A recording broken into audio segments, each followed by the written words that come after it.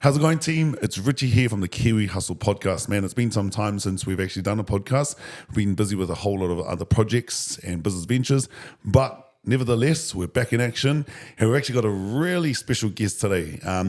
He's got an amazing podcast himself. He actually does a lot of vlogging with current neighborhoods that have obviously got gang affiliations and so forth, and he actually documents and basically tells the stories of other gangs and their stories. And so this is our brother here, our brother Dave. How's it going, my brother Dave? From the TFS Podcast. It's good to see you, my man. It's an absolute blessing to be here.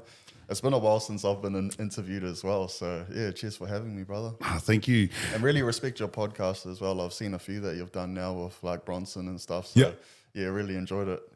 Man, so bro, tell us a little bit about yourself, so people don't know the exact, obviously, background of yourself. You were born here, went to Australia, came back. Tell us a little bit, bro. Yeah, so, well, my name's David Obida. I'm 32 years old.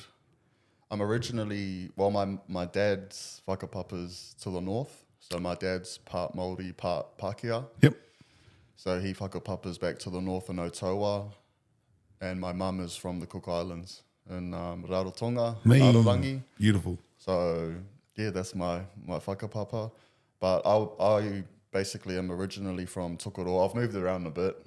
I was originally from Tokoroa, moved up to West Auckland, lived there, did my primary and intermediate years there. Then went to Beach Haven on the shore. Then went to Australia. And yeah, got deported back in 2019, where I'm back home now. It's been good. Started the podcast. Yeah, life's been good. The last three years after being deported, well, the initial stage was hard. Yeah. Very dark. But I got there in the end, and yeah, life's been a blessing, man. Life's good at the moment. So tell us a little bit about your background in Australia. But it's obviously, you served some time, you finished the time, then you have a court appearance, and then they basically say you're going to come back to New Zealand? Or how does that all work, bro, for people that don't know? So how it works, so yeah, I was a repeat offender over in Australia. So I served three custodial sentences while I was over there, starting through youth justice to the prison.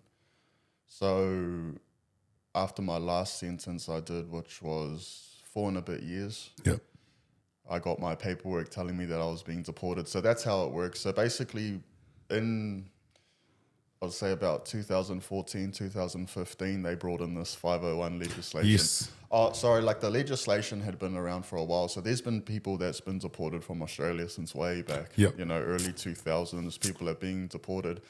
But it didn't start the massive, like what you see now. Like now there's thousands here. But that kicked off around 2014, 2015. So how it initially started, this is from my perspective anyway of what I've done and what I was seeing whilst I was in prison. So back 2014, 15, there was a whole thing about like, the Middle East. Like ISIS and what was going on in Syria. There was a lot of, if you want to call it like terrorist stuff going on. A lot of people were going there. To Australia? No, to the Middle East. From Australia though, and like the UK. And so there was all these things on the news about like radicalization and all of these people. Like there were some, like I remember there was this one teenager that went over there from Melbourne and he ended up becoming like a suicide bomber and like killed himself and things. It's disputable or not whether he wanted to do that though. He obviously might have just gone over there and then basically got told, you got to do this. You got to do it. Yeah, so they started talking about radicalization, and also there was all the boat people coming to Australia from like Indonesia. So they were all trying to get into Australia. So that was the climate.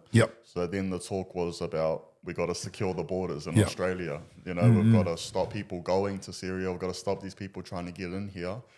So it initially started, from what I could see in the news anyway, about, basically they're worried about, because obviously there's a lot of Middle Eastern people in Australia.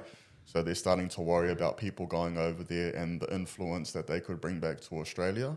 So it started off like Middle Eastern people. But then what happened shortly after that is then they started talking about organized crime. Saying that there's a lot of Middle Eastern people involved in crime and organized crime in like the bikie world.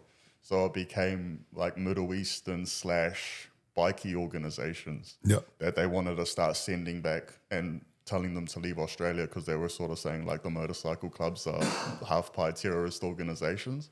So that was like the umbrella of what they were trying to say.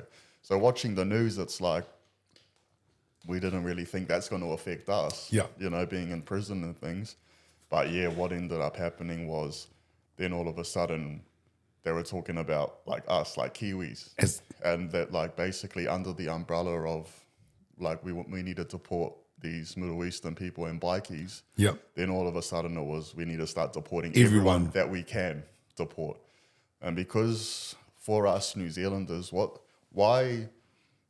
Because New Zealanders are basically top of the list at being deported from Australia. True. But a big part of that is because when New Zealanders go to Australia, we don't need to become citizens. Because we can just go automatic, we can just go over there and live. So that was the big thing. So most of the boys, because you see people that's lived their whole lives in Australia being deported. And that's because we don't need to get citizenship. So people don't think, oh, we need to become citizens and whatnot. Not thinking as well, like not planning ahead that we're going to start doing crime and stuff like that. That sort of just happens. But yeah, that's basically what happened, brother. That's why a lot of people are getting deported, because we go over there, we don't need to get citizenship. And yeah, so that's why a lot of the boys started getting sent back. Like most of the boys that I was locked up with, like Pacific Islanders and Māori, like, bro, probably over 90% are back here now. So that's a lot of boys. That's a lot, bro. So tell us, how did it feel? Because how old were you when you got deported? I was, 27. How did it feel, bro, to know that it was a ticking time bomb when you're basically going to be on a plane back here? Do you have family back over there? Yeah, so my mum and stuff and was all over there.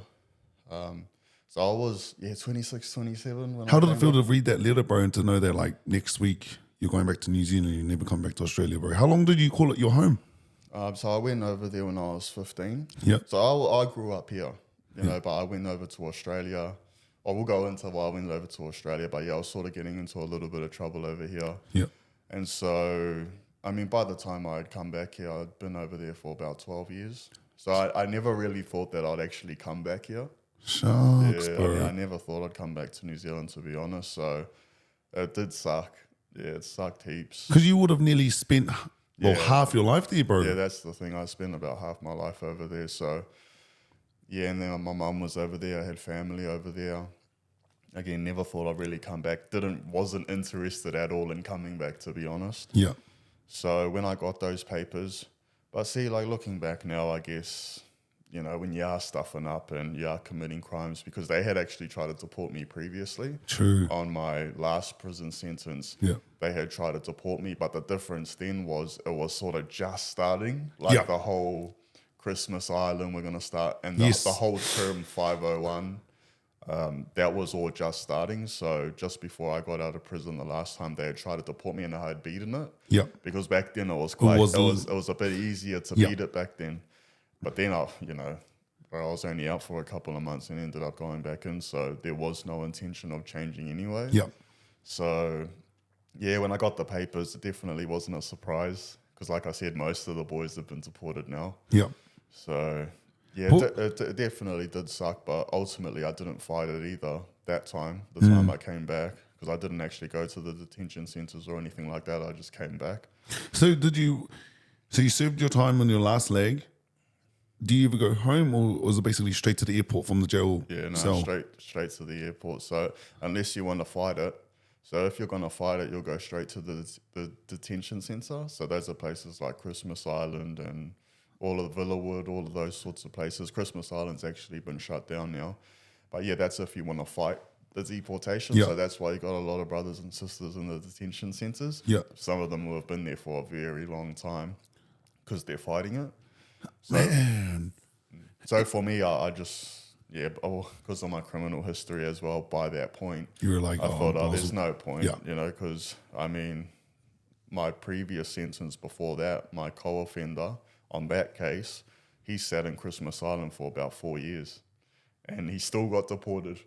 You know, so I was you were like just weighing up the odds. Yeah, because I was like, man, I don't want to sit in there for 4 years. Yeah, at least you get some freedom in New Zealand. Because, you know, sitting in there for 4 years and then you come back anyway, it's like, man, that's 4 years of wasted time. Wasted time. That's time that, and the thing is, it's a whole process as well because there's like money involved in detainees, you know, like the private security firms that run the detention centers. They get money. They get money, and they actually get more money than what a prison does, the detention centers. So, and then also as well, you see a lot of brothers that spend a lot of money on lawyers and still end up coming back. So when you think about that, it's like, man, that's money you could have used to set yourself up over here. You know? So it's a big money thing as well. So from the jail cell straight onto the airline, do you sit on a normal airline, bro? And like, how does that work? Like, do you get scanned? Like, do you go through the normal customs process where you show your passport, or is it basically you're on your own little airplane? It depends though. Like I remember the first few flights, they were just strictly for deportees. Yep. So they were calling it like Con Air. And that's a good movie, bro. Nicholas Cage. That was a good movie, man. They were calling it like a real life sort of Con Air type thing. So now for me, because it was just me, I went back and I didn't go from the detention center. So what happens is they get you at 4 o'clock in the morning. Yeah. They come, you get your stuff, you go down to the reception area. It's sort of like the normal process of getting out of prison, but then Border Force is waiting for you. Sharks right at the door, like at the gate. Yeah, so you don't actually leave the prison. So you get put in the van. What's going through your emotion at the time, bro? Is your heart beating? Oh, man. You think about your mum? Any tears? Oh, there was no tears at that point. When I came back, though, and was actually here, though, definitely shed a few tears on the pillow. But yeah, in that moment, no. Because the thing is, you're getting out of prison as well, so you get pretty good at hiding your emotions and keeping all of that inside. So yeah, I just sort of jumped in the van, came back. You get taken to the airport. Yeah, and you're sitting in the lounge. Like, where you sitting? They put you in like the secure part. Gotcha. Where there's like a bed. It's basically like a little cell in the airport, and they just leave you in there. And I had to wait a couple of hours.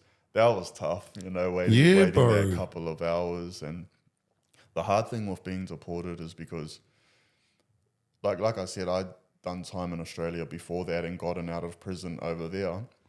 And getting out of prison and being deported and getting out is two completely different scenarios. Getting out of prison is like it is a nerve-wracking experience, but it's a good experience as well because you're getting out, you know. Freedom. Man, I'm free, you know. Live life again. But see, the thing is, when you're getting deported, it almost sucks out all the fun of getting out. Like there is no I'm getting out, you know. It's just straight. I'm getting out, but I'm getting deported. Yeah, you know? So, it's like another level. It's like another level. It's definitely a traumatic experience. and that's how it should be treated when people are getting off the plane.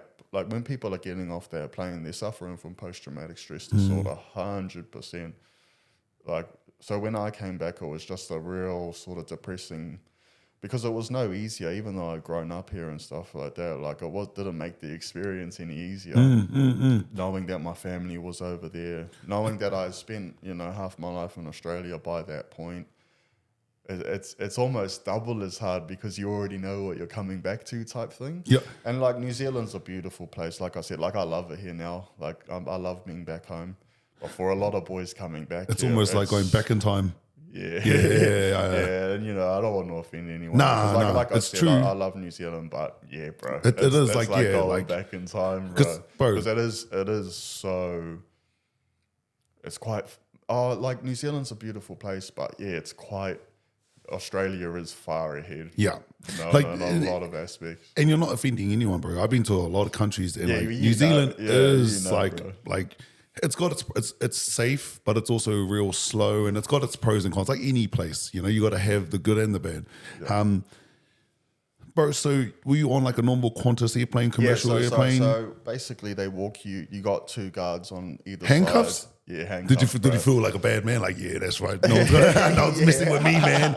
Well, the thing is, they let you put like a jumper over it, so you're sort of just walking through. Orange overalls or nah. So you're in your.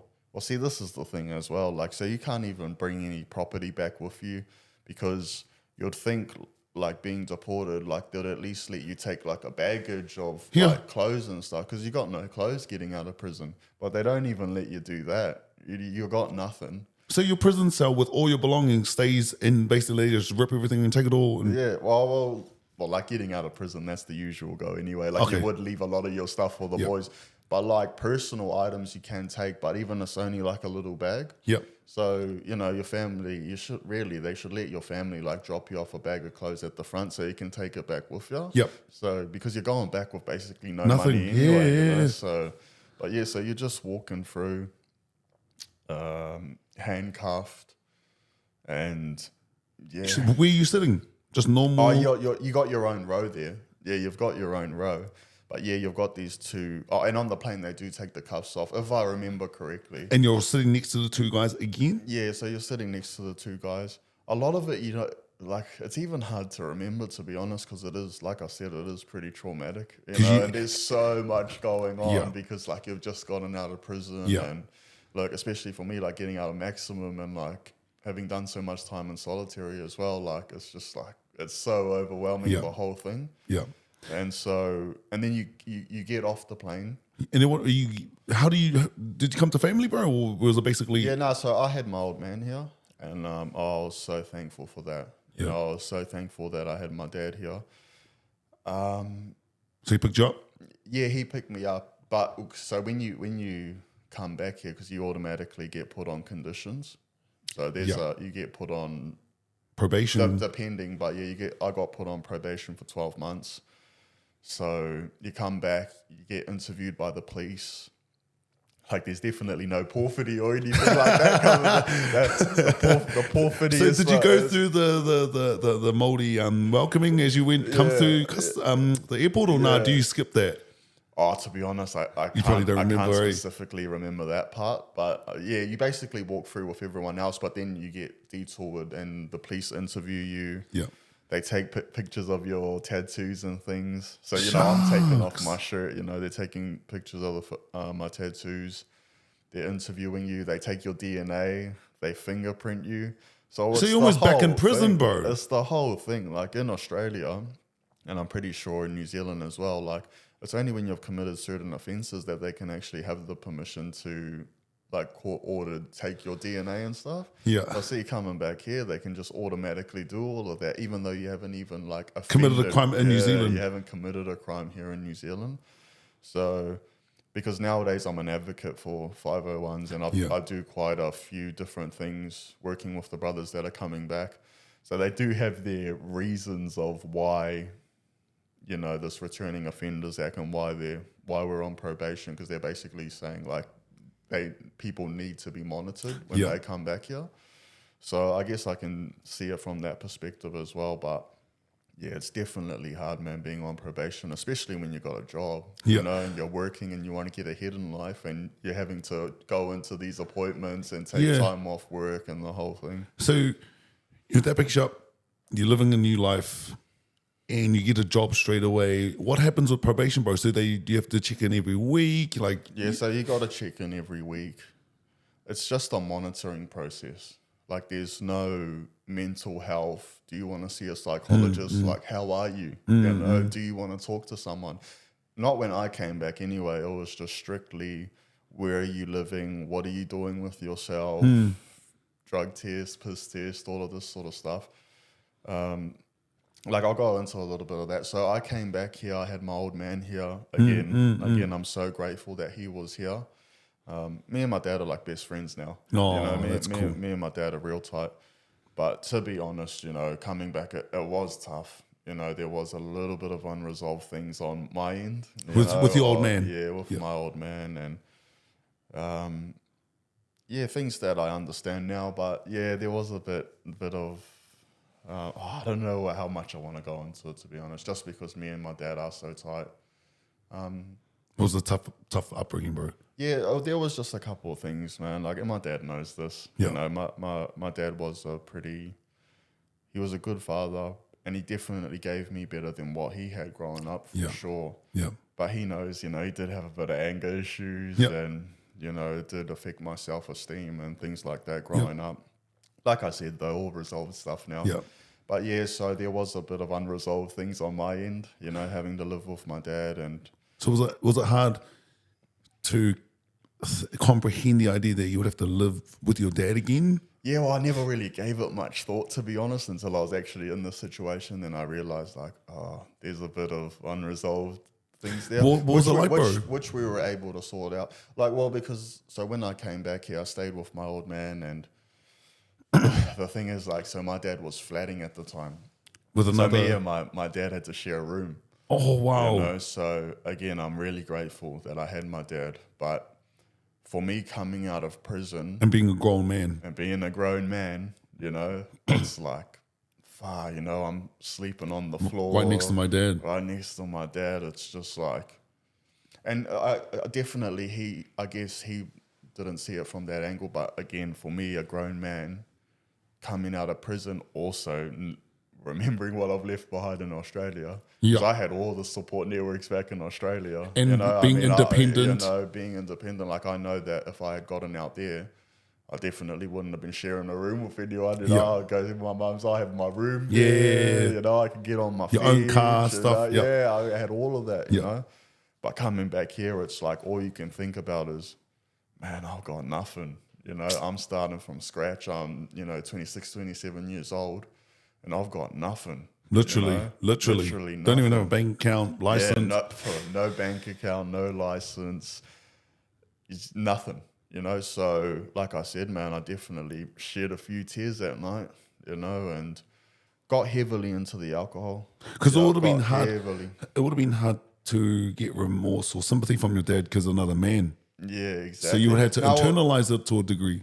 There's the tough aspect of it as well is because you come back, and for someone that's never been to prison, a lot of people just think you do your time and you get out. Yep. Yep. They don't, because I was involved in gangs in prison and I spent a lot of time in solitary confinement and things, and there's that whole aspect, that when you get out of prison, it's not as simple as just getting out. You're meaning but the mental, When you get out of prison and you're involved in those sorts of things, there's a lot of mental weight, and you're hardened. You know what I mean? Like, you're hardened to a lot of things, and you become that hard person. So, for families, because I'm the black sheep of my family. I'm the only one that went to prison. So they don't understand like that aspect. Like what you've actually gone through. You know what I mean? And all the traumas of what you've gone through in prison. And then the thing is as well, you don't want to explain that sort of stuff either. From me and my end, I don't want to be talking about, what I've gone through in prison, because it's, well, first of all, you just don't talk about that sort of stuff really at the time. But if you don't mind me asking, so solitary confinement, people don't know that you're on your own in a black room kind of thing, eh? Yeah, bro. So tell us about them. Tell us, when you get put into solitary confinement, how do you occupy your mind? Because your mind becomes from your best friend to your worst enemy. Tell us a little bit about that, bro, because you would have experienced some crazy demons, bro. Yeah, bro. Tell us. You know what the hard thing about that as well is that when you're in those situations, it's like nothing. It becomes like that. Don't get me wrong, it is something, but you got to put on that armor. Yeah. You can't be showing no signs of weakness, especially in prison. Yep. And like when I look back now, especially in Victoria, man, like in the state of Victoria, they go real hard on the solitary confinement. So you walk into a cell and it's small. No, so basically it's just a normal cell, but what happens is, so there's a whole process. 23-hour lockdown? So when you go into solitary confinement, so this is proper like supermax, like the high security. In every prison, I can only speak on Victoria, but every prison has like a slot. So in Victoria, we call solitary confinement the slot. So every prison has a slot, where they put people in if they've been in fights, if there's been a stabbing, whatever's happened, they'll put you in there.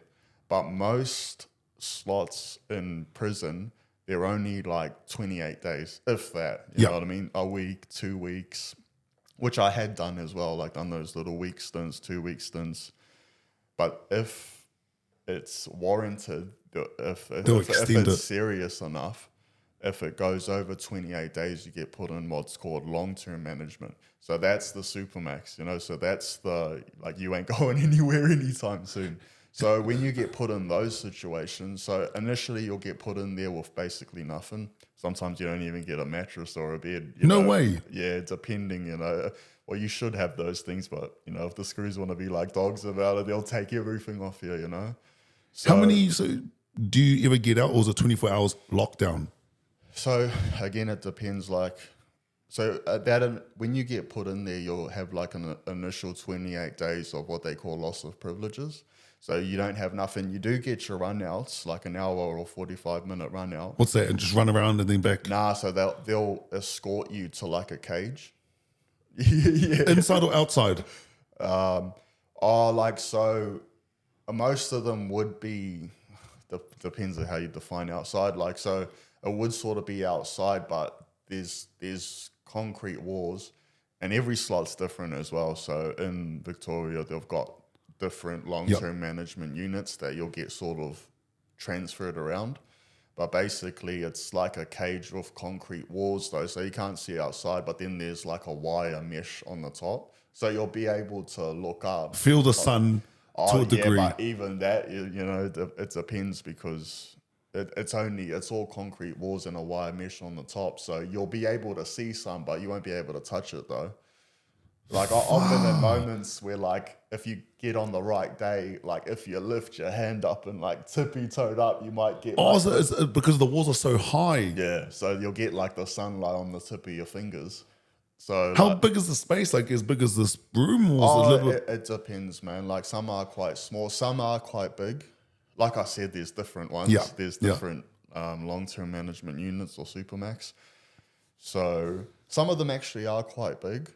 But like even with, like, when you're in those loss of privileges, and there are these run out yards, most people don't even take them. You know, why? Because it's a false sense of hope, or well, because, like, there's nothing in there anyway. You know, like, you'll be walking around in a bit of a bigger room, but there's nothing in there. You know, so you get pretty bored eventually because there's nothing to do. What's the theory behind it, bro? So you don't go crazy. So there's some, like, so you can do some push-ups, or so you can get some fresh air, or yeah, basically that. Well, because it would probably be inhumane. Yeah, well, they would have to. You know, they'd have to offer you some type of run out, or else, it would be inhumane. So yeah, but like I said, man, most boys don't even take the run out. They just stay in their cell, because you do get used to it. Like, well, ultimately, these sort of places are designed to break you. So, like, people are, like, there are a lot of, like, the majority of the prison system that are inside are scared to go to places like that. You know, like, they would intentionally stay out of trouble so they wouldn't have to go into those sorts of places. Into the solitary confinement. Yeah, because it's only a small percentage of prisoners that actually do the long-term management side of things, because, like, well, basically those sort of places are designed to break you. Yeah. They're designed to break a person down, and they achieve that. I've seen heaps of boys break down there. And maybe not even necessarily down there, but after getting out of prison and all of those sorts of things, like, bro, the amount of people I've known that have lost their minds in there is crazy.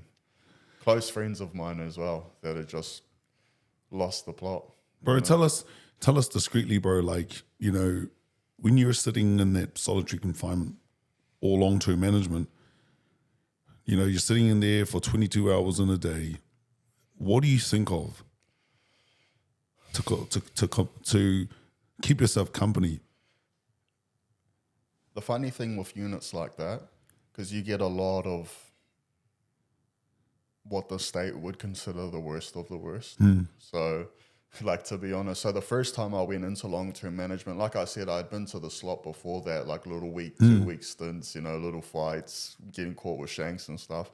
But the first time I went to long-term management there was a riot. So we were involved in a riot where, you know, a lot of officers got hospitalized. And that was my first time going to Barwon Prison in Victoria. So we went to Melaleuca. So and then Acacia. So those units are considered like the worst of the worst. So for me going there at like 20 years old, I was like chest out, you know, like I had my chin up, like, this is... This is where the dogs go, and I'm going to be the top dog here. Well, not dogs. Like, but you know what I mean? In Australia, this is a cracker one as well, but because dog I know it's different here in New Zealand, but in Australia, dog is considered like a real bad word. Oh, true. Oh, shucks. But flip it. Yeah. But, so when I was walking into there, like I had like you said, man, like, you know, top dog, you know, you know, like this is where I'm supposed to be at. Like I've heard about this place, like people have been murdered in here, you know, like people have lost their lives. Like this is where I want to be. Yeah. But looking back as well, like especially being in like the LOPs and the loss of privileges, like it sucked, you know, like I hated it because you get used to it, but in those initial stages, it's like there's nothing to do. Yeah. There's a camera in the corner there watching your every move. There's literally nothing to do. Like you're just stuck with your thoughts. What were some of the darkest thoughts you thought of, bro? Oh, like it did get dark, especially in those initial stages. It was never like, oh, I'm gonna nick myself or anything like that. It's just like, I hate the world. You gotta, I hate the world. You know, I hate these screws for sure. Like during my time there, like, because in the mainstream on the yard, it's sort of like that has its own politics and things. But when you go to like a Supermax unit, it becomes the crims versus the officers. Yeah. Like that's what it becomes. Yeah. You know, like it's like, oh yeah, well, we're all prisoners in here. Like we're all together in here. Even if we might not necessarily get like along each other in the yard. The yard, it's like, oh, we're all together in here type thing. So, you know, over the years I've had heaps of little incidents with the screws, attacking them. Bro, it gets to the point where you're throwing feces and urine at them, bro. Like that's the sort of like mental psychology. Yeah, that's what your psychology becomes. Like, because out here it's like, man, that's putrid, you know, doing something like that. But in there, man, you see it all. I've seen people definitely throw feces at the officers all the time. Oh man, you get old school like boob head dudes in there, bro. They'll crap straight into their own hand and just slap a screw with it. Like, that's the sort of stuff. Are you serious? Yeah, straight up. Like, just boobed out, like, jailbird type. Is it because... Like, they don't care, man. Yeah, like, there's no, like... Oh, man, you see people throw semen at officers. Yeah, man, that sort of stuff. Cut up. Start writing on the walls with their own blood. You see people, what they call bronzing up. So they, get their feces and, like, cover themselves in it. And like fight the officers and stuff. I never went that far to do that, but that's the sort of like mental. Yeah, you lose sanity. You lose sanity, bro. Straight up, like that's like the mental decay of being in those sorts of situations. Yeah. And that's what you mean by break. Yeah. Oh no. So not like that, but like because like in Victoria, you would call that like going on with it. Like that's sort of like. Nodded at this dude's going on with it. Like it's like I said, like that sort of stuff, bro. Throwing semen at the guards. You see boys that, man, I've seen dudes in there like go without mattress, blanket, and clothes for over a year. What? Because they're just going that hard, like every day, like. Because, like I said, it becomes this like war with the guards type thing. Yeah. And so you see people that don't even have clothes for a year because they're just going on with it all the time. You see people light their cells on fire. Their cells or their cells? Cells, but while they're in it. So basically the thinking of that is because then the screws will have to open the door. In and then they'll get... And then they'll start fighting the screws. So... They set their mattress on, and bro, that's the scary experience, man. You know, like being in a confined cell where you've just lit your own mattress and on you're fire. just hoping, it's a double-edged sword. You're hoping that these guys come in. Exactly. So you're hoping that they'll open, because they might not even open it. They might just leave it, you know? So you see all of this sort of stuff. And then there are moments where like, all right, let's say, because it's a real us versus them mentality, and let's say, because you got a unit of people and you've only got like, let's say, depending on the unit, 45 minutes out of your cell, an hour, maybe 2 hours. But the thing is, because there's so many people in the unit, they've got to escort people. Yep. So someone will have their run out. They've got to escort this person to the run out. And then when it's finished, they've got to escort this person back. Yep. And then they've got to escort the next person. One. But sometimes you have to have, for an escort, about 3 officers to transport that one person. So what happens is they might start slacking on the times. Gotcha. Because when you've got 45 minutes on your cell in the yard, you want to make sure that they're on time, you know, because if they're slow, then it cuts into the next person's time. Now you're cutting into my time and the next person's time and the next person's time. So let's say like they're just slacking, you know, like the officers are slacking on bringing people out. So then what will happen is like the whole unit will be like, hey, we got to do something about this because they're not, you know, they're getting too comfortable now. So then like everyone will start like, setting stuff on fire, start setting off the alarms in their cells. Everyone will start flooding their cells. With the toilet or something? Yeah, so basically they'll leave all the water running, and then you'll like block up the bottom of the door, and then the water will get about up to here. Sheesh. If you've blocked it all up. Yep. And then everybody will like pull the towel from under their door, and then it becomes like a waterfall type thing. This is a communication thing. Yeah, How do you communicate? So everyone, like, do you signal because everyone can, even though it's solitary confinement, everyone can still speak, because there are like, well, you can just yell out from the bottom of underneath the door. Yeah, you can just like when you go to those units, like they're pretty loud. You know what I mean? Like a lot of people are talking. And like, do you communicate to the next brother over? Even though it's Supermax and stuff, like there is still a lot of communication. People fish and stuff, so like you can like send a note. Yeah, you can send notes under your door because you can like fish it. Yeah. So that's an art in itself. But yeah, you can sort of get lines from like the threads in your pants or like sheets in there. You become crafty, eh? Oh yeah, you become real crafty in there. But yeah, you can get like a long line, and then you attach like something to the bottom of it, and you throw it out the bottom of your door. Yeah. And you can get pretty good at this. You better hope it gets to the other side. Yeah, well, but you got to watch out for the officers as well, because they'll take it. But yeah, you can flick it out, and then the other person will flick their line out. And then what happens is the lines get crossed, and you can pull it. And then you've got like a direct line, so you can pass messages, even contraband, bro. Like they get drugs in there and everything. So that's how it's sort of, it's its own thing. Yeah. Let's talk quickly about that. What are, if you don't mind, depending on the level, what were some of the most, the most 4 of the best crafty ideas that you created or you came across that you were like, oh, whoa, then that's normal within the prison environment that everyone knows? Obviously, there might be some secrets, like but everyone knows. Fishing. That's pretty new, but I never knew about fishing. Yeah, so that's one. Fishing. I had a couple of them. I know it just went blank. Fishing. Code words, you know, so people can you discreetly tell us some code words or not on? It depends. Like, because there's just like normal prison slang. Yeah. You know, like what's that? Tell us. So in Victoria they do a lot of rhyming slang. So, like, yeah, there's like, well, this is speaking for Melbourne, so like, well, this is like one of the normal slang words. So like, rape. So, which is something that's something frowned upon in Australia, but so people would call that a sour grape. So it's like the rhyming. Gotcha. Slang. So like the phone is like the eau de cologne, or the dog and bone. And so it's up to the individual who's being told that to decipher it. Yeah, depending. Yeah, like there's the ones everyone knows, like that sort of stuff.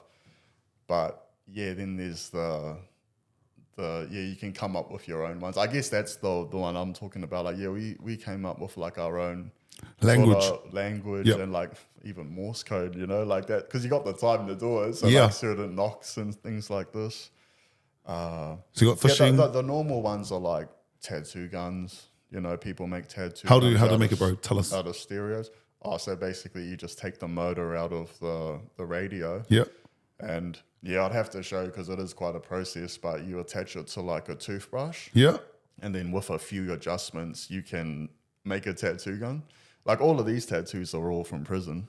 Serious? Like on my chest. Where do you get the ink from? Where do you get the ink from? Like this here's all from prison. I've got like sharks masks up there. Like that's all prison work with us. Where do you get the ink from? Just from pens? Oh no, so they burn you get a metal dish. Yeah.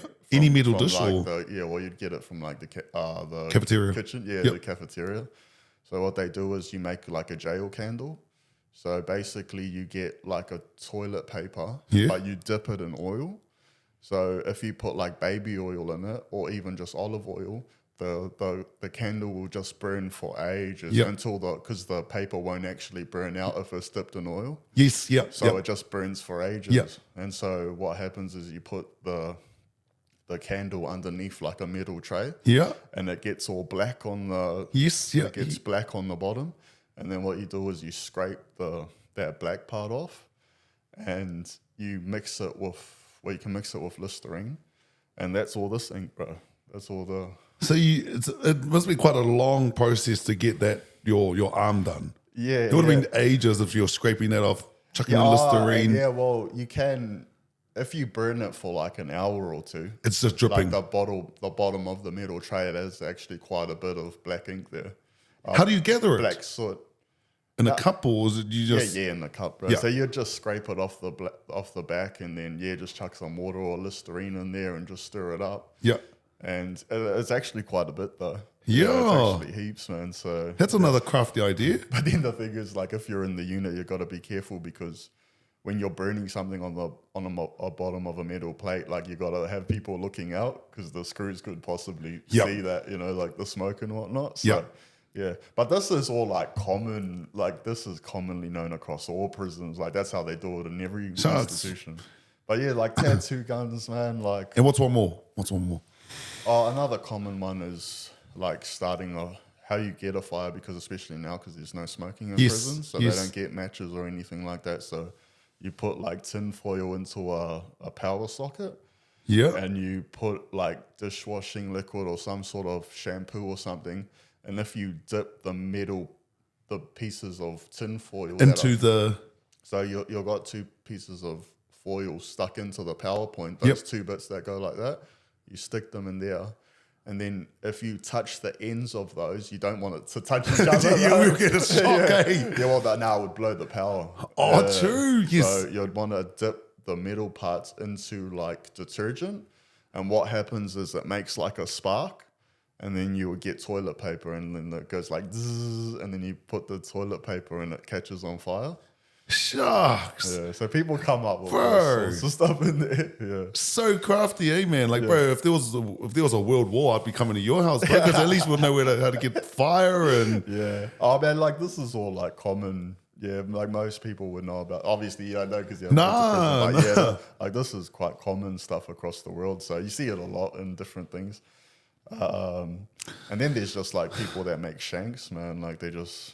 What's the most craftiest shank made that you know of or you've seen? Oh, but just people in the middle work probably, but even just when you see people sharpening stuff, like if they sharpen it on the concrete and they can get it pretty sharp on there. Yeah. So, yeah, but like I said, this is all common, like prison sort of. Yeah.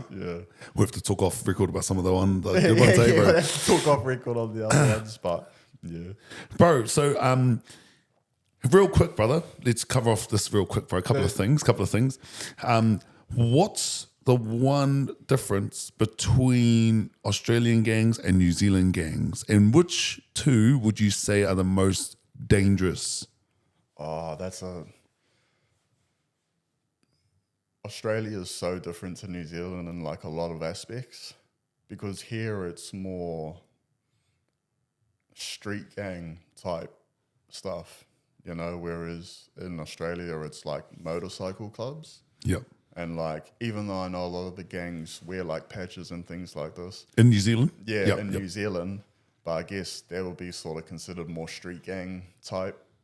Whereas, obviously in Australia, it's like motorcycle clubs and then you got the Middle Eastern like families and things like this. So it's way different. Like, because in Melbourne, you got like crime families and stuff, or even in Sydney and stuff, you got like Lebanese sort of crime families. So you'll go in a unit and they're like all related, you know, like you got not the mum, like the dad, the uncles, like the children and stuff, like Lebanese sort of crime families. So whereas here in New Zealand, it's a lot of street gang stuff.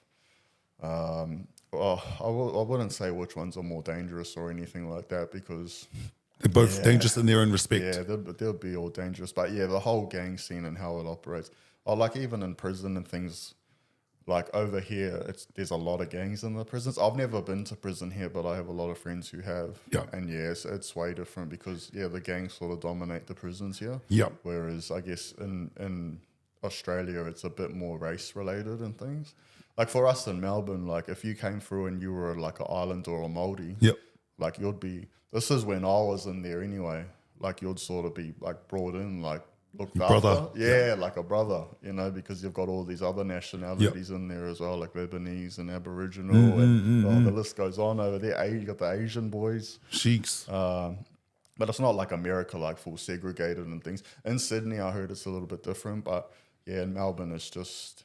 like people mingle and stuff, but I guess if it really came down to it, it starts separating into race. It's kind of like colour to a degree. Yeah, so it's like all the Polynesian boys and the Māori boys sort of stick together. Yeah. Whereas over here, it's a bit different because it's all Polynesians and Māoris, you know, so there's not that like unity as much. Yeah. Where is the worst place in New Zealand, brother? What would you, in terms of the gang that you've kind of seen or interviewed over the course of your podcast, where would you say is probably the toughest or the worst? I wouldn't say worst. Like, if you look in Australia and New Zealand, like they are pretty good countries. You know, like they're pretty good. Like there's no area that I would say is like dangerous. You know, or like deadly in comparison to like America, El Salvador, bro. That's exactly. jeepers. Like I wouldn't compare like any sort of suburb or anything like that in Australia or New Zealand to like, you know, America and Compton. Or even though, Compton and stuff like that. But because even when I do these hood diaries in New Zealand, people are like, oh, bro, like, you know, these aren't hoods, you know, like you got to go to America and you know, those are the hoods over there. And I definitely don't argue that there's no comparison between the two. Yeah. But the thing is, like, you got to understand that doesn't take away from the struggle of the people here in New Zealand. In no way does it take away from that. Like, that's why I don't compare the two. Yeah. Because, like, even when I was young, you know, they do this comparison for, like, to New Zealand to America. Yeah. Like, oh, these dudes, you know, they don't use guns there. This is in LA. Like, these people, that's nothing. Like, New Zealand's nothing compared to, like, LA and stuff. But I never compare the two, you know, because... bro, to anyone that's been over there or been here, there's no comparison. There ain't no comparing New Zealand to America. Yeah. Like, there's only like, you know, 5 million people here in New Zealand. And that's small, in a state. bro. And that's like in a state in America. That's more, like, well, even in Australia, man, like Victoria itself, the population is bigger than the whole of New Zealand. Wow. So the thing is, when you look at New Zealand, like per capita, like when you take into the size of the country, when you start looking at it, from that perspective, there is a lot of issues here in New Zealand. You know, the suicide rate is one of the highest in the world. Even the number of gangs, when you look at it per capita, New Zealand has the highest number of gangs in the world. If you're looking at it per capita wise, and that's an interesting stat, man. Like, if you look at it in America, because of the size difference, like one gang-related homicide in New Zealand would be, in comparison, let's say, for example, like 50 over there. Because of the size difference, you know what I mean? So it's there's no comparison between, you know, I wouldn't even compare New Zealand to Australia really, because it's just a different scene, man. You know, but there's positives to that as well, New Zealand being a smaller place, because it's a lot easier to get your voice heard in a sense when the country's smaller. there's a lot of positive aspects to living in a smaller country. But yeah, like I said, there's a lot of people leaving New Zealand. There is. It's just the struggle is definitely real at the moment. But yeah, again, I feel like I'm here in New Zealand for a purpose. Bro, and you're definitely feeling that purpose, man. Yeah. What are 4 factors that you have come across throughout your interviewing podcast, or even yourself, that you find are the common things that are most likely going to attribute to someone to turn into a gang or committing crime? Like, what are some 4 factors? Like, it could be like in the majority of what I've seen and the people that I've interviewed, like poverty's a big poverty. one. Yeah, Poverty, poverty, abuse. So traumatic abuse from the child age. Traumatic abuse. Yep. But primarily sexual abuse. Wow, that's a huge one. If you look at the people that I've interviewed, and they might not always touch on it because it is a hard subject to bring up, but I'd say of all of the people that I've interviewed, especially who have gone down the route of crime and gangs, I'd say, man, the reality is I'd say probably over 90% have been through sexual abuse. Wow. So it's massive, man. Like I said, they might not always touch on it, but it's a huge factor, man. It's a massive one, sexual abuse. So poverty, sexual abuse. Traumatic abuse, but even just physical abuse is obviously a big one. What's another 2 or 1? Another 2 or 1.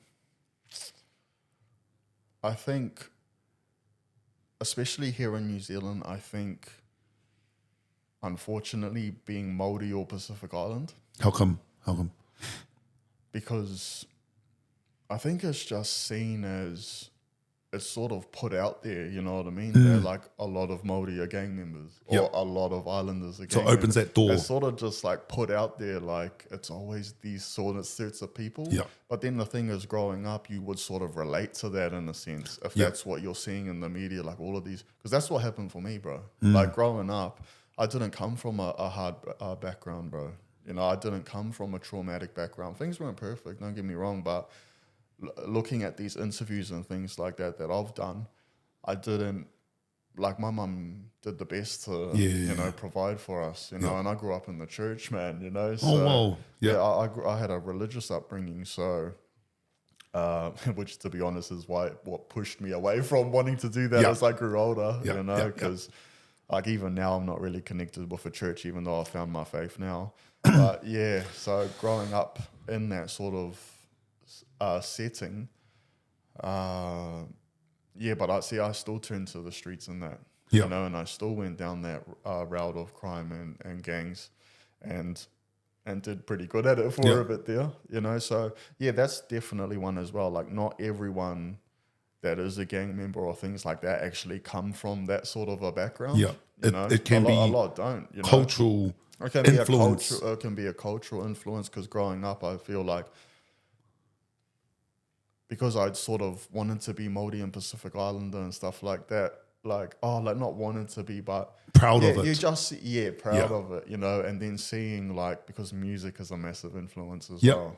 So when you're seeing all of these rappers who are islanders and that talking about like gangs and vibe and like talking about that sort of stuff, it's like it's attractive. Yeah. So here in New Zealand, especially, like music is a big influence as well. Yeah. It's huge when people are watching rappers talking about gangs and crime.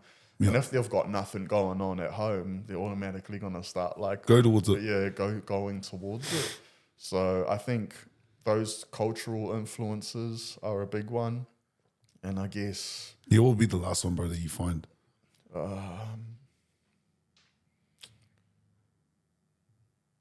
Yeah, I think those are three big ones. Yeah. So you've got... So the first one's poverty. Yeah. Trauma, some form of trauma, and obviously the cultural influence. Yeah, and the cultural influence. Yeah, that's all I can think of at the moment. But yeah, there's obviously a few. Yeah. Bro, so you wanted to touch base on something real personal, so not many people know of this, and it's pretty deep things, stuff, which I was actually surprised to hear about, bro, which is pretty cool, from a brother to a brother. But you're telling about some personal things that you're going through. No one knows this. Like how many subscribers you got, bro? You got 70,000 on YouTube. Yeah. Yeah, and then TikTok and Instagram and Facebook and stuff. And so So these people want to know this. Yeah. So I just wanted to talk a little bit about like my own upbringing. Yeah. So I guess I'll go on a little bit into that at this point. So yeah, I never, like I said, growing up, I didn't come from like a hard background. Yeah. You know, I didn't, like I had a good upbringing. Yeah. You know, very good. And single mother, you know, my mum did her best to raise us and she did do a very good job. But I guess growing up as well, you know, my mum at times, a lot of the time, worked 2 jobs to support us. So she was absent. Yeah. Yep. You know, so that's how I know nowadays, especially that spending time with your children and being involved and invested in their lives speaks more than money. You know, like even nowadays, I've seen, man, you see people like, I've seen youth out there doing worse things than what I was at that age as a teenager. And man, you should see their houses, you know, like they live in mansions, you know, like my upbringing wasn't that good, but you know, they're coming from mansions and money and things, but a lot of the thing is absentee parents, you know, they just, their parents aren't around, you know, and that causes them to rebel. So that's definitely something I've seen, that not necessarily everyone that gets involved in crime and things, even back in Australia, I know a few boys, you know, that didn't come from that sort of a background, you know, that were involved. Privileged backgrounds, well, not privileged, but came from good upbringings, you know, that still went down a serious road of serious offending and things. So yeah, I definitely had a blessed upbringing. Sort of, I guess for me, it was when my sort of stepdad entered the picture. And looking back, and what happened? Because, yeah, he was sort of, well, he was Pākehā, you know, and yeah, go figure, but he was like a bit of a racist. I got used to being called a coconut and, you know, growing up hearing that sort of garbage, you know. And so, you know, being told like basically white people rule the world and like this sort of cooked stuff that I used to hear, which also drove me to, you know, be rebellious, be rebellious and running away from home. And so, yeah, because my mum's Cook Island, so go figure, you know, that he was a racist. But yeah, it was just one of those awkward sort of moments. So it would get to the point where I didn't even feel safe at home, you know, because of him and because of the things he used to say. So that definitely drove me to the streets. Yeah. And then, you know, moving to Australia and getting involved in the streets. Yep. And running away from home and hanging around with that sort of a crowd. But I was never like a tough, known as like a tough dude or anything like that. Maybe a little criminal, you know, a little hood rat criminal. But yeah, I was never like the tough guy or anything like that. If anything, I used to get picked on by the boys, you know, and stuff like that. But I guess, yeah, when I went to prison and sort of beefed up and, you know, started hitting the weights, hitting the chin-up bar and doing all of that, then things changed a little bit. And I guess that's why I sort of didn't like bullies as well, you know what I mean, and things like this. So, but that's how it starts for a lot of boys, you know. A lot of boys get bullied, and then you know, it changes later on. But yeah, that was where some of the things that I navigated, and then going into prison. And so when I went to prison, I became involved in a prison gang. So I was one of the founding members, and I guess this has sort of played a part in the podcast as well, because when I went to prison, I had a lot of friends in there who I knew from the streets and who all knew each other from the youth justice system. Like by the time I got locked up at 19, I was like most of my mates had been in and out of the system, you know, their whole lives. So by the time I got to prison, I had a lot of friends in there. And so we ended up forming a prison gang in there. And because of the things that we were doing there, we developed a reputation inside of the prison system. So because of that, that's why I ended up in solitary confinement a lot in those sorts of units. But in those sorts of units, you find yourself around a lot of that high-ranking sort of bikies and gang members and things like this. So that was why when I eventually did start the podcast, I knew so many people just through jail and doing all of that sort of stuff. So that's why it was easy for me to reach out to all these like ex-presidents and things, because a lot of them I knew from prison.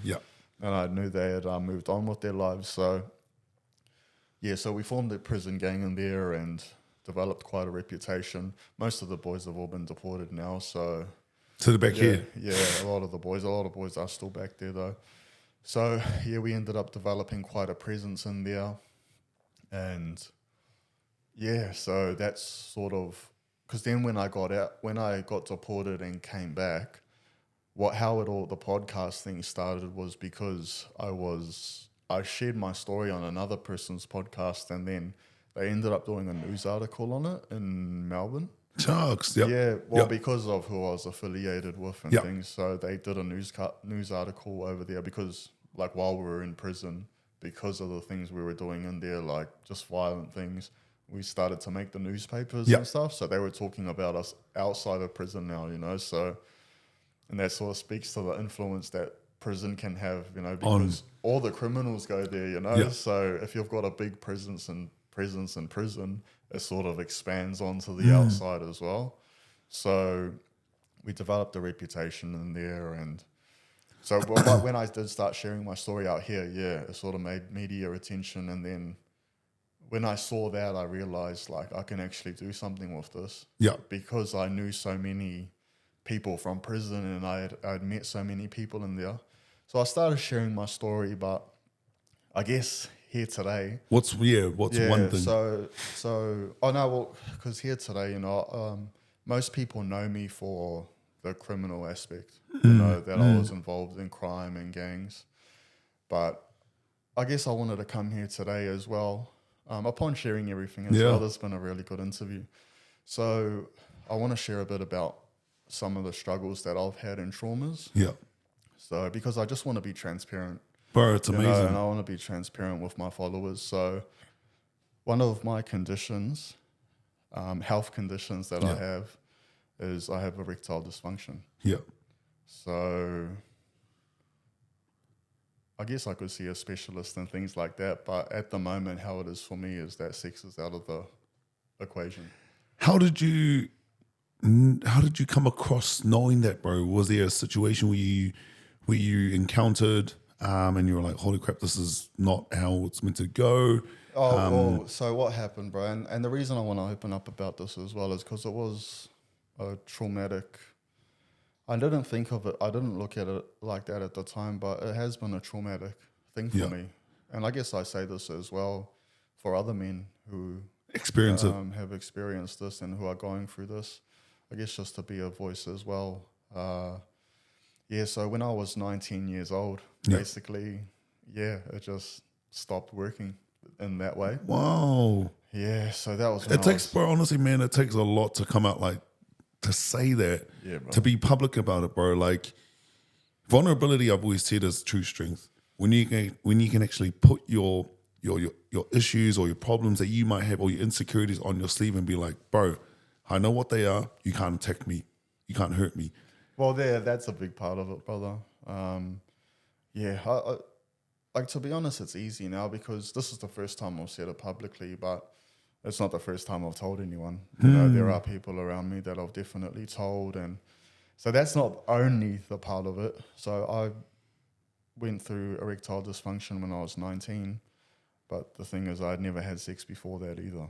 Man. Yeah. So I'm a virgin. That's incredible, bro. Like, in this day and age, I know it's probably looking like, but I look at it from more like a spiritual point of view, from a faith point of view. Bro, you're one in probably a million, if not a billion, bro. Yeah, no, 100%. Look, that's why I'm coming out and telling people about it, brother. Like, for me, because I'm a Christian, you know, and I'm a very spiritual person myself.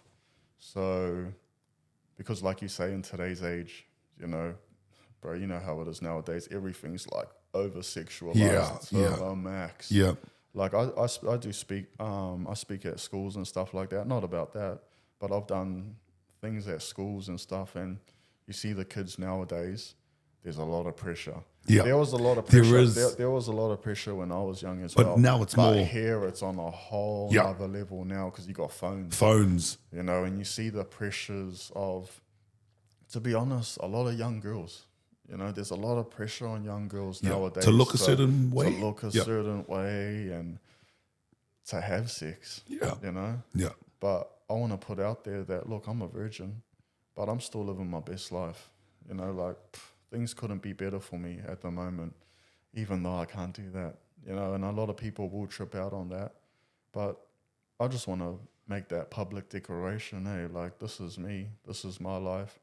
I mean, and even look at me, you know, like I came from the criminal background, you know, and the prison background. The hardest of the hardest. Yeah, the hardest of the hardest, brother. You know, like I've been in places where people break, man. Yeah. You know, I've seen the hardest men break down and completely lose the plot. You know, they're not the same anymore. Yeah.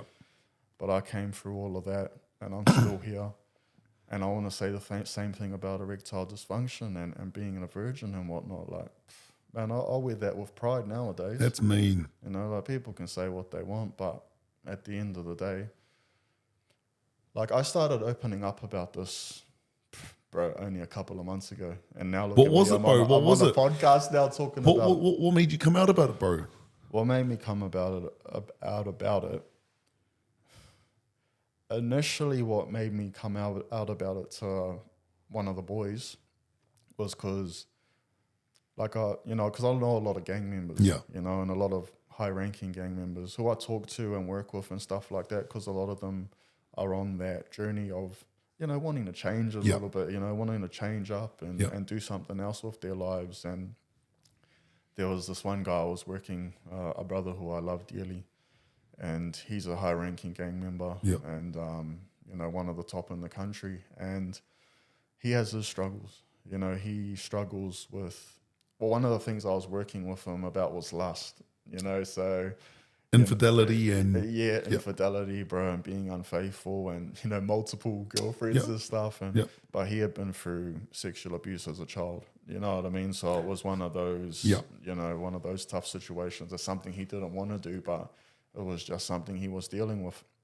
And there was this moment where he looked like he was going to tap out, man. You know, like he cry. Was, like, nah, like he was just done with it, you know, like wanting to change his life, basically. Wow. Because of just the struggles that he was going through and the lust and things like this. Just not worth it. Yeah, it's just not worth it. You know, it's too hard to change, you know. And I told him. And the reason I told him about me was because I wanted to let him know, like, brother, I might not look like I'm struggling with anything. But I've got my own. I got my battles, don't get me wrong, you know, because... You know, like, bro, having erectile dysfunction is hard, bro. Yeah. You know, because I'm still attracted to women. Yeah. So it's a battle. It's almost like not being able to eat burgers, but seeing them. Hey, bro. Exactly. Hey, not being, you know. 100%. So that's why I told him, because I was like, man, we all got our struggles, man. Like, don't look at me and think like, bro, the bro has it easy. You know, he's conquered everything. And I have conquered a lot. But, man, we all got our battles that we're going through day to day. Brother. You know? And to be honest, because I've told quite a few people. So after that, what eventually led me to really open up about everything was because I kept relapsing. Yeah.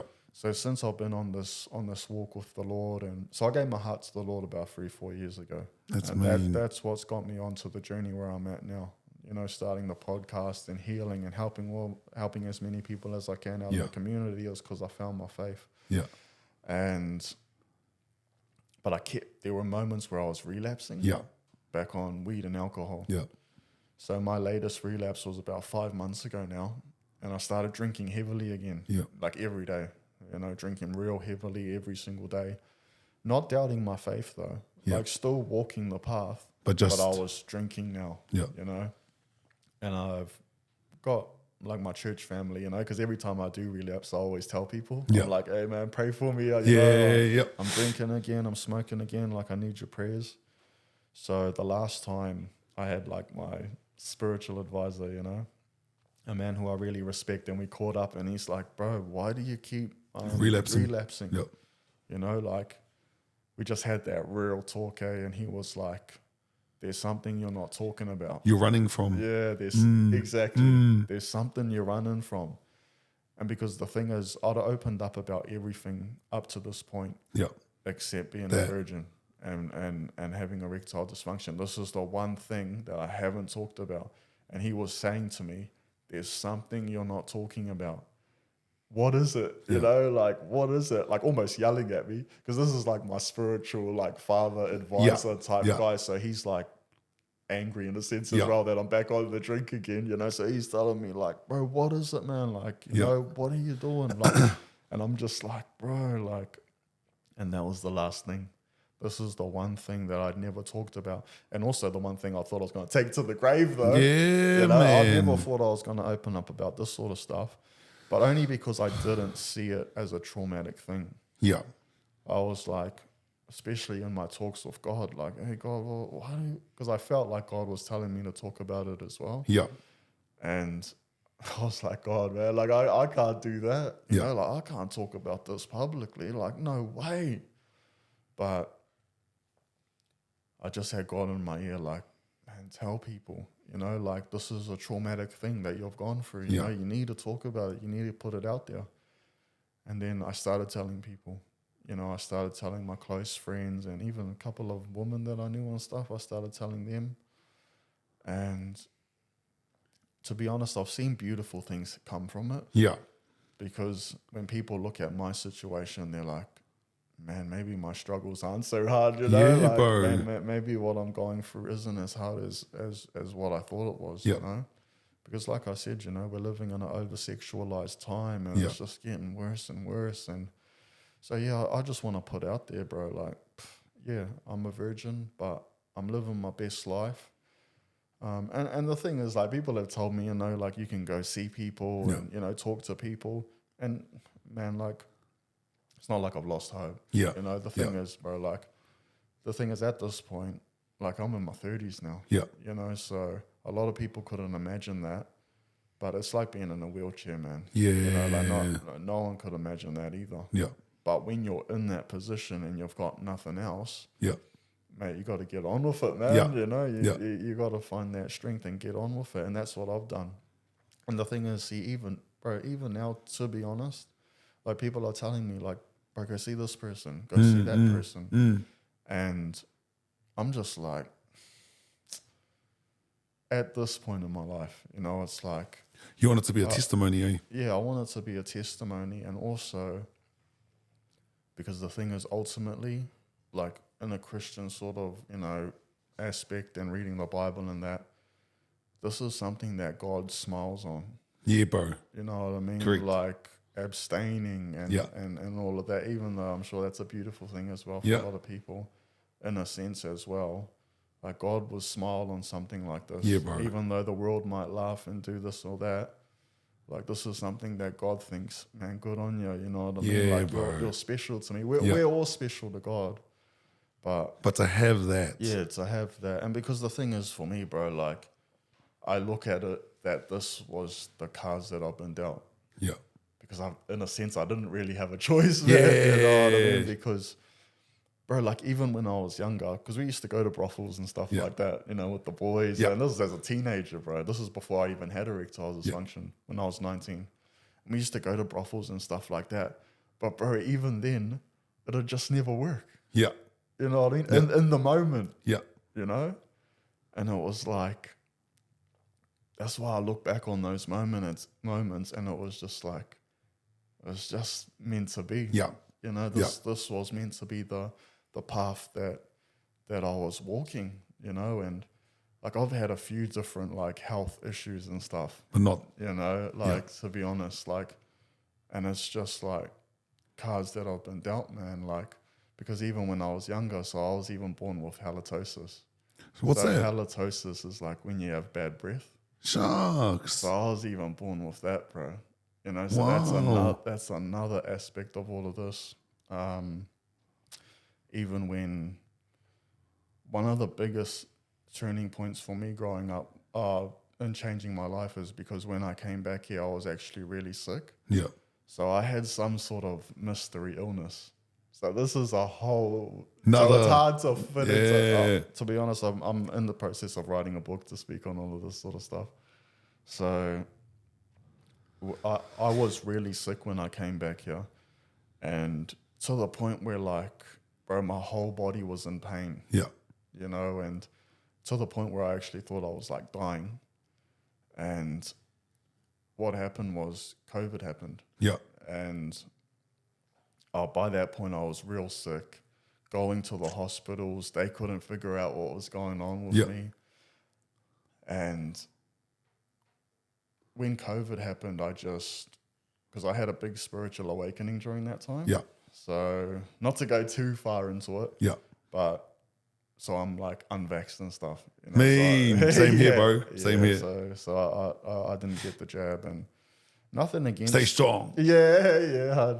Because not that I'm against people that did get the jab and stuff like that, but for me, when the whole COVID thing happened, bro, I'd never heard of I wasn't a conspiracy theorist type person. I was at all, you know. Just seemed weird. I had heard about anti-vax once in prison on the newspaper. Yeah. And I remember reading it, and it was talking about, there's this group of people called anti-vaxxers out there.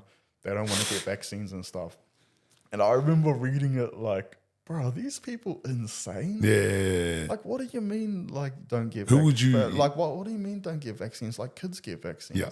You know what I mean? They have to. You know what I mean? These kids have to get all these jabs and stuff or else they'll die. You know what I mean? So I was just so anti-vaxxer. But then COVID happened. Yeah. And I started looking into all of these, conspiracy theories and stuff like that. And basically I just started to realize man, this is actually a dark world we live in. Yeah.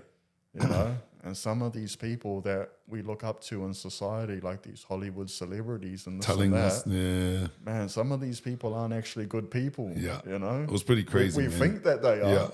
But some of these dudes are actually doing dark stuff in the background. And we'll look at P. Diddy at the moment with all the sexual abuse. Cheeks. I started hearing about that sort of stuff. Yeah. And it made sense to me. I was like, oh, okay, what the heck is all this stuff? Yeah. And then through all of that, I started to find faith in the light. Yeah. Because I thought, man, if there's all this darkness, it has stuff, to be good. There has to be a light there, you know? Yeah. So that's what started me on my spiritual journey. That's awesome, bro. Yeah, man. So I just started seeing all of this, darkness in the world, and that maybe these Hollywood celebrities, not all of them, but some of them aren't who we think they are. You know what I mean? And they're actually doing some pretty ugly stuff in the background. But then through all of that, I felt a bit of anger as well, because then I thought, man, well, what about all these guys sitting in jail? You know, they're not even the real criminals, really. You know what I mean? There are worse criminals out there, and they'll never see a prison cell. No. A lot of them will never. A lot of them might even be involved in building the prisons. You know, and that's when I started to see, man, a lot of the gang stuff, a lot of the criminals, it's almost like a distraction to take away from the bigger criminals. Actual smoke screening. It's a smoke screen, you know. And then, talking about the gang patches and stuff like that, and they're banning it and whatnot, you know. And it's so Bloody, it's been honestly, Brother Dave, it's been a pleasure having you on this podcast, man. Man, let me just give you a round of applause, bro, for coming out about that, brother, because honestly, man, a lot of people might feel ashamed, shucks, man, I've got this hidden demon. But I can tell you for a fact, brother, that you being a virgin, bro, is inspiring. Seriously, bro, that's coming from someone like me who had lust issues, infidelity. Seriously, bro, I'm just being real with you, bro. And you might have thought, shucks, what's something wrong with me, whatever, bro. Honestly, bro, being able to have erections, bro, I reckon personally, bro, is a curse. Because, sometimes you can use it for the wrong. Yeah. You know, my bro. So thank you so much for sharing your story, bro. Thank you so much for sharing about that, bro. Because I hope a brother out there may be watching this and may feel confident, wow, there's actually another brother like me out there, bro. So yeah, that's what it's for, man. And again, like I said, it's for the young people, especially out there as well. You know, don't rush into nothing. Yeah, you know, it's not gonna hold you back from living your best life. No, you know, it's not gonna hold you back from climbing that ladder. Yeah, you know, look at me, man. I'm shooting for the stars. Look man. at you, bro. You've got 70,000. I feel like I haven't even gotten started yet, to be honest. You know, I'm still going along, doing the work. Yeah. Just going hard. And the thing is, what I look at, in the Bible, it talks about, because a lot of what I base my life on now is biblical. You know. And in Revelations, it talks about in the end times, there'll be 144,000 virgins. in Revelation. Shucks. And I'm like, man, what if I'm one of them? There you go, what I bro. mean? Like, there you go. That's what I mean, man. Like, I just wear it with pride, bro, and just... I love it. Even when you look at Jesus and stuff, obviously it didn't go into his whole life, but there's nothing talked about that he had a wife or, Correct. you know, a missus or anything like that. Yeah. So when I look at it, man, I just feel like I'm chosen by God for a reason, you know, and yeah, again, bro, I'm still living my best life, you know, and the possibilities are endless. Yeah.